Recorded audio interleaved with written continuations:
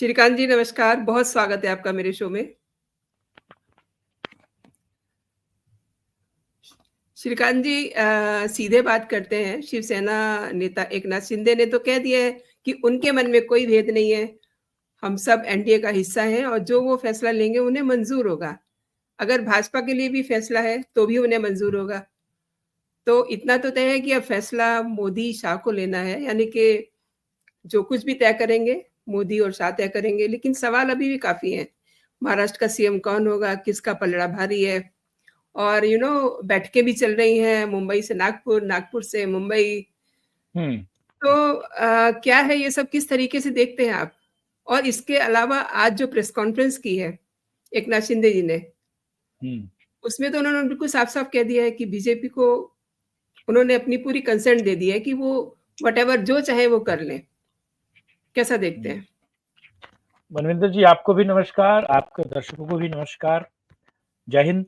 देखिए, अपने channel voice of Hindu पर कल रात ही मैंने बता दिया था कि मीटिंग हो चुकी है और एक तरीके से सीएम फेस को लेकर जो दिक्कतें थी उस पर भी मैं चर्चा करने जा रहा हूँ। देखिए, हुआ क्या दरअसल, जहां बीजेपी ने 100 के ऊपर का आंकड़ा पार किया और बीजेपी ने ना महज 110, 120 बल्कि 132 सीटों से ज्यादा का जब आंकड़ा बीजेपी ने पार किया, ये बात क्लियर थी कि बीजेपी का मुख्यमंत्री होगा। बड़ा सवाल ये है कि बीजेपी का मुख्यमंत्री कौन होगा।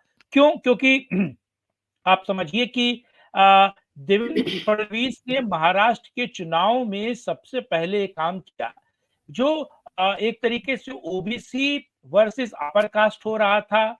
आप समझिए ब्राह्मण वर्सेस मराठा हो रहा था। और आपको पता है जरंगे पाटिल किस तरीके से इस पूरे उन्होंने सबसे पहले विरोध भी, आपको पता है कि जब पहले टर्म में फडणवीस मुख्यमंत्री थे उनका किया और कैसे उस सारे मामले को फडणवीस ने टैकल किया।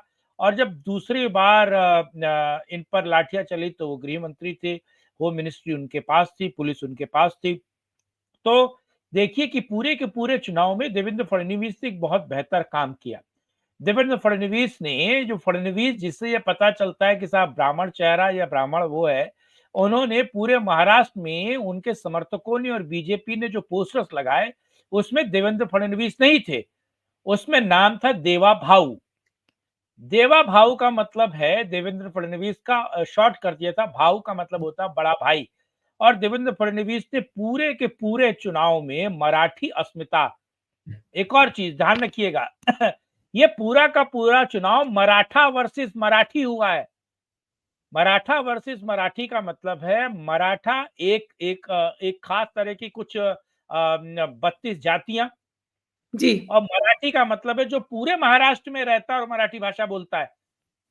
आप सोचिए। जी। अच्छा, अब आप सोचिए कि उत्तर भारतीयों का तो वोट बीजेपी के पास था, इसमें कोई दो राय नहीं है। उत्तर भारतीय बड़े पैमाने पर बीजेपी के साथ खड़े रहे, जुटे रहे और वो बीजेपी के साथ एक बड़ा वोट बैंक की तरह, आप समझिए कि महाराष्ट्र में मुंबई, ठाणे और नागपुर के ये जो पूरा बेल्ट है, मैं कोंकण और पूर्वी महाराष्ट्र में बात नहीं कर रहा हूँ, यहाँ तकरीबन 20% वोट बैंक उत्तर भारतीयों का है। यानी कि उत्तर प्रदेश, बिहार, झारखंड, छत्तीसगढ़, मध्य प्रदेश के लोगों का वोट बैंक है। ये बीजेपी के साथ लगातार चिपका रहा, लगातार बना रहा। क्योंकि ध्यान रखिए, जब शिवसेना उत्तर भारतीयों को मारती थी, पीटती थी, तो मान मलौवी करने के लिए जो है वो ये समझिए बीजेपी आती थी। क्योंकि कांग्रेस ने 2008 के बाद से उत्तर भारतीयों का वोट बैंक कांग्रेस से सरक कर बीजेपी के पास आया था। जब नरेंद्र मोदी का चेहरा 2013 में बड़े हिंदूवादी नेता के तौर पर उभरा था, तो आपने देखा किस तरीके से ज्यादातर सीटें 14 में और 19 में बीजेपी और एनडीए समर्थित दलों ने जीती थी। अब एक और महत्वपूर्ण बात है क्या कि मुख्यमंत्री तो बीजेपी का बनना था, इसमें कोई दो राय नहीं है। हुआ क्या कि आरएसएस इस बात पर लगातार बीजेपी के शीर्ष नेताओं के साथ इस बात पर मंथन चल रही थी कि आखिर किसको बनाया जाए। क्योंकि देखिए, बीजेपी किसी ओबीसी चेहरे को मुख्यमंत्री बनाना चाहती है, लेकिन आरएसएस ने सीधे तौर पर इस बात को कहा कि जब आपका पूरा चुनाव एक व्यक्ति हैंडल करता है, देवेंद्र फडणवीस पूरे चुनाव को वो देखते हैं। शरद पवार जैसे राजनीतिक गुरु, तथाकथित राजनीतिक गुरु, मैं शरद पवार को कोई बहुत बड़ा राजनीतिक चाणक्य नहीं मानता हूँ महाराष्ट्र के चुनाव में, ये मराठी मीडिया ने बनाया है और दिल्ली के उनके कुछ कांग्रेसी कोकस के मीडिया वालों ने उनको चाणक्य के तौर पर आप समझिए बनाया है। लेकिन वो चाणक्य कभी 70 सीटों के ऊपर नहीं गया विधानसभा में। इतने बड़े चाणक्य कभी 70 सीटों के अंदर ऊपर नहीं गए और अगर उनकी सरकार भी बनी तो वो 82 सीटों पर आके अटके थे और लोकसभा में कभी भी वो 10 सीटों के ऊपर कभी नहीं जा सके। तो इतने बड़े चाणक्य तो थे नहीं। लेकिन देवेंद्र फडणवीस ने न केवल मात दी उनको, लेकिन अलग-अलग तरीके से देवेंद्र फडणवीस ने उनको राजनीति समझाई और सिखाई। और देखिए, ये पूरा चुनाव महायुति के 2.5 साल के कार्यकाल और मुख्यमंत्री के काम को लेकर, देवेंद्र फडणवीस को काम को लेकर, आप ये सोचिए कि मैं इस बात को कहने में कोई दो राय नहीं रखता हूँ। देखिए अगर बीजेपी अकेले 200 सीटों पर चुनाव लड़ती, अकेले, अजित पवार नहीं होते या शिंदे नहीं होते बीच चुनाव में इस वक्त, तो भी बीजेपी का स्ट्राइक रेट 140 के ऊपर होता।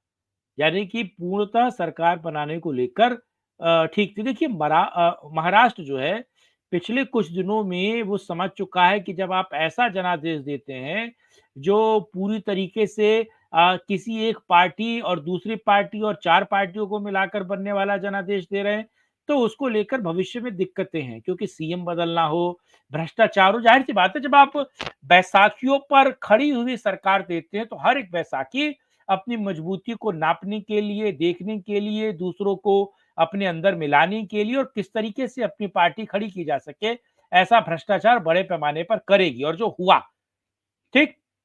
अब दूसरा ये है कि देवेंद्र फडणवीस आरएसएस के भी चहेते हैं और आरएसएस चाह रही थी कि एक ऐसा स्वयंसेवक महाराष्ट्र की गद्दी पर बैठे जो पूर्ण का जो जिसका आरएसएस से बड़ा नाता रहा है। अब इसमें कोई दो राय नहीं है कि अमित शाह और नरेंद्र मोदी का आरएसएस से उतना बड़ा कोई नाता नहीं है। वो बात अलग है कि मोदी ने पूरा जीवन आरएसएस को दिया था। लेकिन अब वो आरएसएस देखिए जब सेंट्रल की राजनीति आप करते हैं, तो आप थोड़ा-सा आरएसएस से साइड होते हैं और पिछले 4 सालों में हमने देखा बीजेपी और आरएसएस के बीच की दूरियां बढ़ी।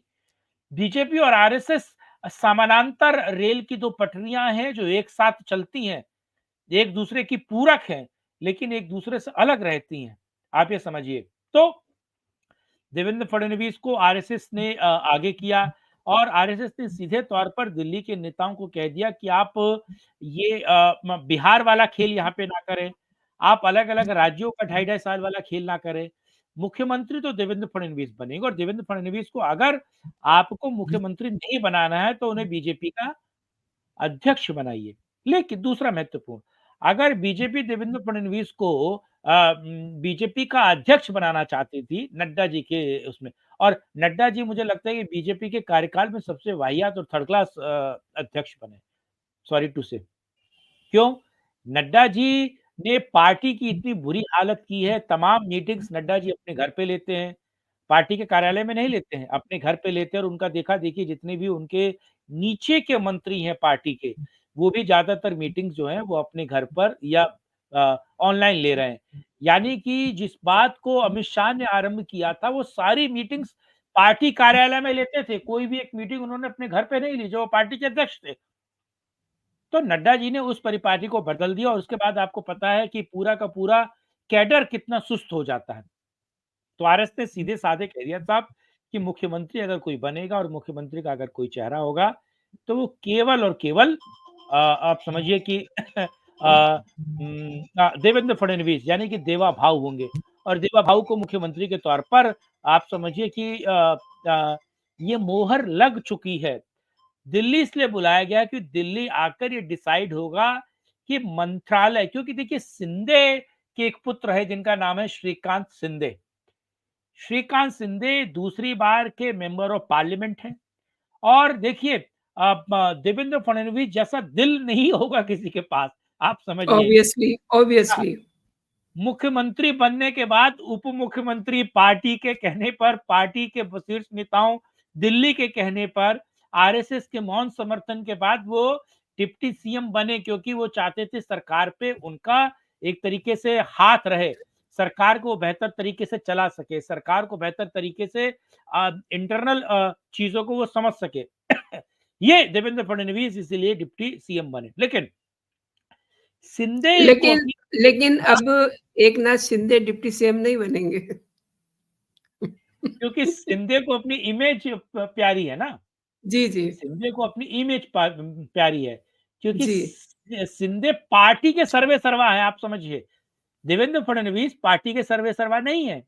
जी। देवेंद्र फडणवीस पार्टी के महाराष्ट्र अध्यक्ष भी नहीं है, लेकिन हुँ, उन्होंने हुँ। पूरा का पूरा चुनाव अपने हाथ में लिया और वो सबसे बड़े चेहरे थे। तो देवेंद्र फडणवीस डिप्टी सीएम नहीं, देवेंद्र फडणवीस सीएम बनेंगे। शिंदे साहब के बेटे श्रीकांत शिंदे जो हैं वो डिप्टी सीएम बनने जा रहे हैं। अजीत पवार तो बनेंगे ही। अजीत पवार तो जिस दिन जीती थी बीजेपी, उस दिन से क्लियर था कि डिप्टी सीएम में एक पोस्ट तो क्लियर है। यानी कि वो बिल्कुल। शिंदे जो शिंदे नहीं, वो अजीत पवार डिप्टी सीएम बनेंगे और सारा पेच सीएम को लेकर था। हाँ, Shrikant Shinde member of parliament हैं और वो बनेंगे आपके डिप्टी सीएम। और महासंयोजक संयोजक के पद पर जो है बात की जा रही थी शिंदे के बनने के लिए, क्योंकि शिंदे ने सीधे तौर पर कहा कि साहब मुझे दिल्ली भेजने की क्या तैयारी कर रहे हैं आप। प्रेस कॉन्फ्रेंस में जब उनसे पूछा गया तो उन्होंने सीधे कहा कि साहब मुझे दिल्ली भेजने को लेकर क्यों आप लोग बेकरार हैं। यानी कि वो केंद्रीय मंत्री नहीं बनना चाहते, वो अपनी पूरी राजनीति महाराष्ट्र में करना चाहते हो। और देखिए एक कहा जा रहा है कि फाइनल मैच हो चुका है, सीरीज जो है युति जीत चुकी है।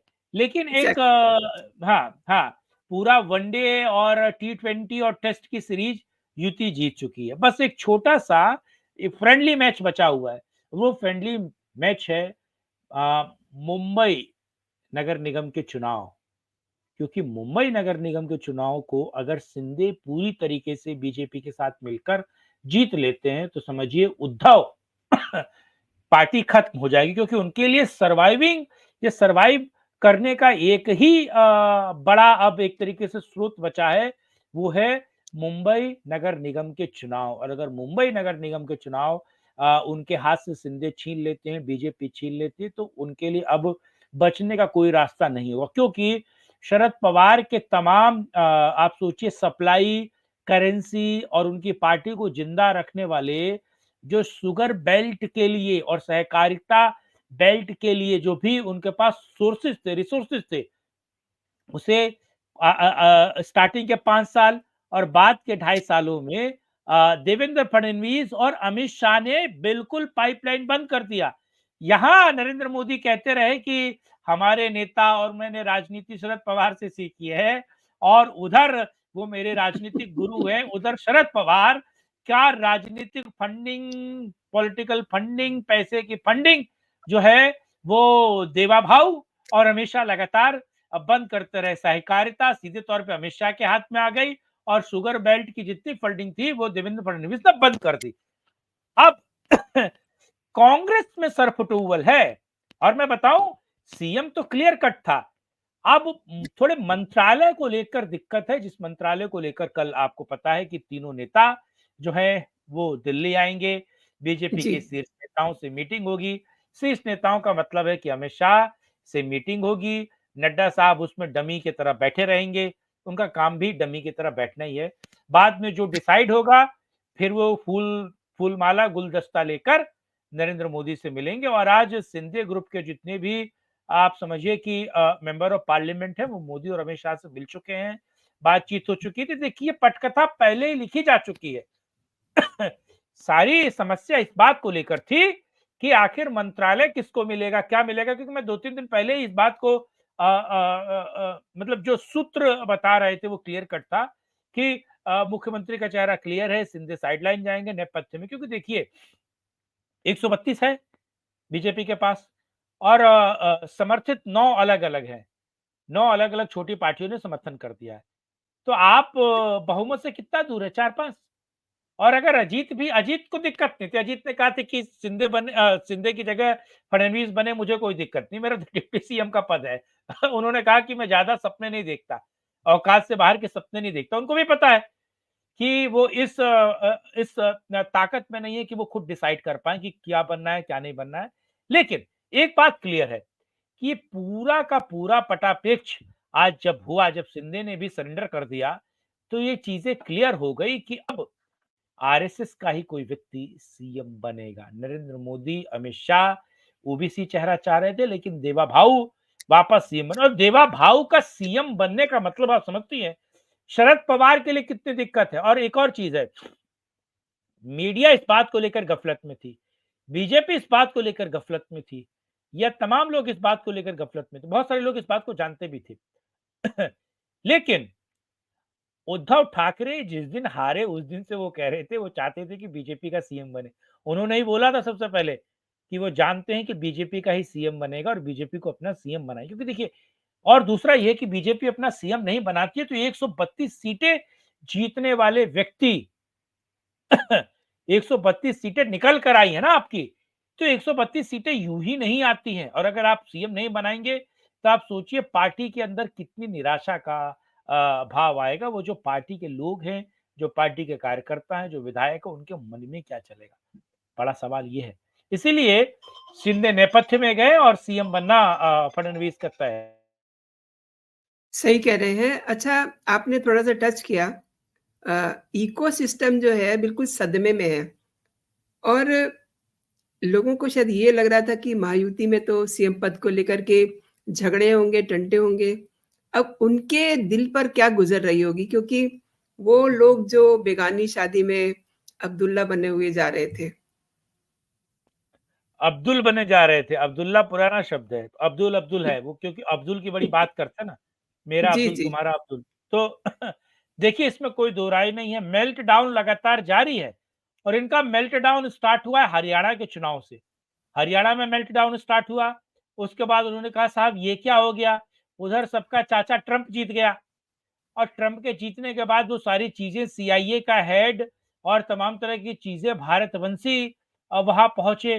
तो इनका दुख वो एक मसान फिल्म है, उसमें विकी कौशल है और विकी कौशल का एक मीम बड़ा वायरल होता है कि ये जी, दुख जी। क्यों नहीं खत्म होता है।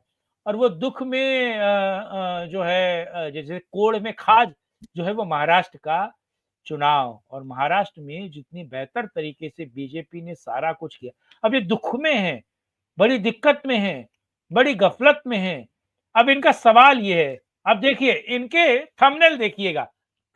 हम लोग थंबनेल बनाते हैं ना, इनके थंबनेल देखिए, ये जीत को पचा नहीं पा रहे, ये घूम फिर के क्या कह रहे हैं, घूम फिर के इनके अंदर क्या निकल रहा है, एक ही चीज निकल रही है साहब कि ये बीजेपी के जीतने के कारण क्या है, क्या ईवीएम हैक हुई है, क्या 99% ईवीएम चार्ज कैसे हो सकती है? जहां कांग्रेस के 40 वोट थे, वहां कांग्रेस के 0 वोट कैसे आए? कांग्रेस के साथ ऐसा क्यों हुआ? शरद पवार कहां चूके? अरे सीधी तौर पे एक भी वीडियो महायुति के परफॉर्मेंस को लेकर नहीं बनी है। वो बता रहे थे कि महायुति में फूट पड़ गई है, सीएम को लेकर महायुति चाहती नहीं है और तमाम तरह की चीजें हो रही थी। लेकिन अंत में मैं केवल इतना कहूंगा कि ये चीजें क्लियर थी और अगर महायुति इसी तरीके से बनी रहेगी और तो ये बीएमसी चुनाव अगर सिंधे ग्रुप और बीजेपी मिलकर निकाल लेती है तो एक बात ध्यान रखिए, बहुत सारी पार्टियों के रिसोर्सेज बंद हो जाएंगे। और सबसे महत्वपूर्ण है, सीएम बनने के महज एक हफ्ते के अंदर शिवसेना के 90% सांसद दिल्ली में डेरा जमाए हुए हैं लोकसभा के, एग्ज़ैक्टली। और एनसीपी के भी ज्यादातर सांसद दिल्ली में डेरा जमाए हुए हैं।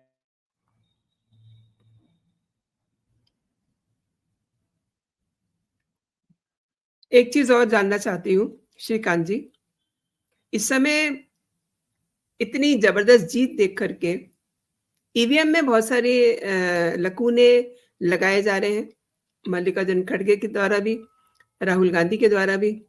अब वो एक नई चाल चल रहे हैं, वो रेफरेंडम कराने वाले हैं।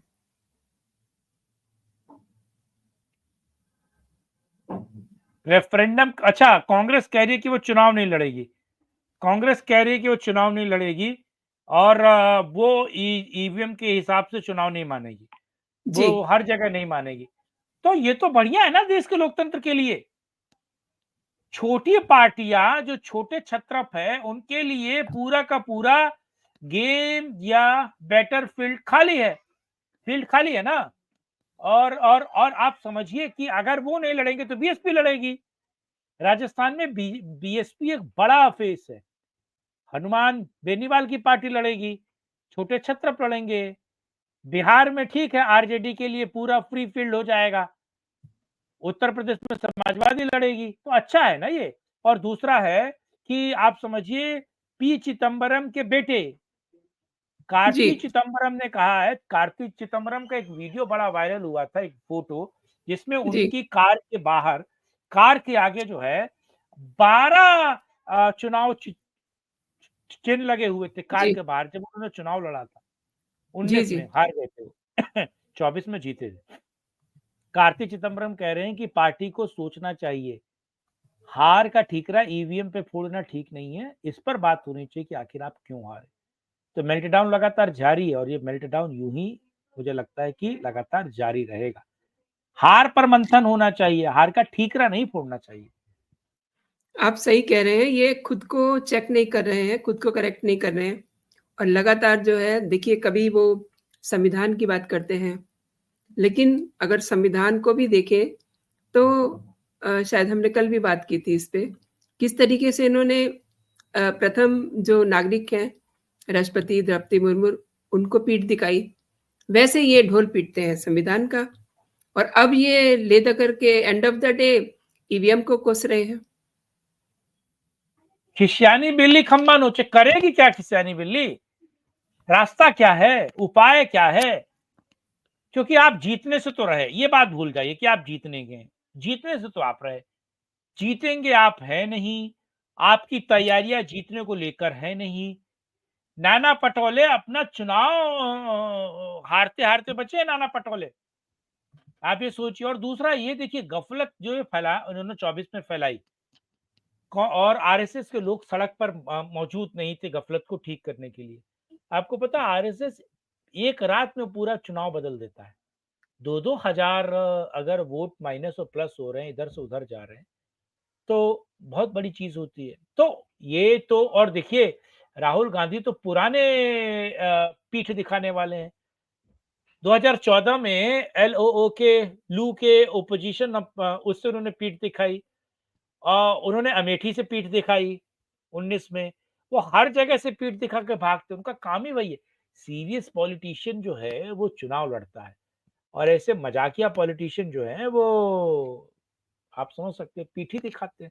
तो राहुल गांधी से आप उम्मीद करते हैं कि इस देश की महामहिम आदिवासी तबके से आने वाली किसी राष्ट्रपति के साथ वो बेहतर करेंगे। जब वो अपने मंत्रियों से नहीं मिलते, कुत्ते को खिलाते रहते हैं, बिस्किट खिलाते रहते हैं, सारे लोग छोड़-छोड़ के भागते रहते हैं, तो आप राहुल गांधी से उम्मीद करना, मुझे लगता है कि ये खुद अपने आप में मजाक है। जी। श्रीकांत जी, आपने मेरे दर्शकों को अ, कई मुद्दों पे बहुत बेहतरीन जानकारी दी एंड मैं दर्शकों से भी ये कहना चाहती हूँ कि श्रीकांत जी का अपना यूट्यूब चैनल भी है, वॉइस ऑफ हिंदू। आप वहाँ जाकर भी श्रीकांत जी से मिल सकते हैं, उसको सब्सक्राइब ज़रूर कर लीजिए और वहाँ पर वो लाइव रहते हैं। नॉर्मली इवनिंग में उनका लाइव होता है। समय क्या है आपका ज़रा बता दीजिए दर्शकों को ताकि वो उस समय आपको लाइव देख रात 10 सकें। बजे, रात 10 बजे मैं, मेरे यहाँ एक वीडियो आ जाता है, 10 बजे तक एक वीडियो। मैं दिन में उतना समय नहीं मिलता, लेकिन हाँ, एक वीडियो मैं पूरे दिन मैं डालता हूँ। ज़्यादातर वो हिंदुत्व से जुड़ा वीडियो होता है। हिंदू, क्योंकि नाम ही इसका वॉइस ऑफ हिंदू है, तो हिंदू से जुड़ा हुआ वीडियो होता है और हिंदुओं के हितों के लिए मैं लगातार बात करता हूँ। जी। तो सभी जो राष्ट्रवादी और नेशनलिस्ट हैं, इस प्रोग्राम को देख रहे हैं, सभी से मेरा आग्रह है, विनम्र निवेदन है कि चैनल अगर अभी तक आपने सब्सक्राइब नहीं किया है तो सब्सक्राइब कर लीजिए और ये हमारी बातचीत, हमारा प्रोग्राम आपको कैसा लगा, इस पे ज़रूर अपनी टिप्पणी कीजिएगा। तो अभी के लिए इतना ही दोस्तों, आप अपना और अपनों का बहुत सारा ख़्याल रखिए। जय हिंद, जय भारत। जय हिंद, जय भारत, वंदे मातरम। नमस्कार। वंदे मातरम। नमस्कार।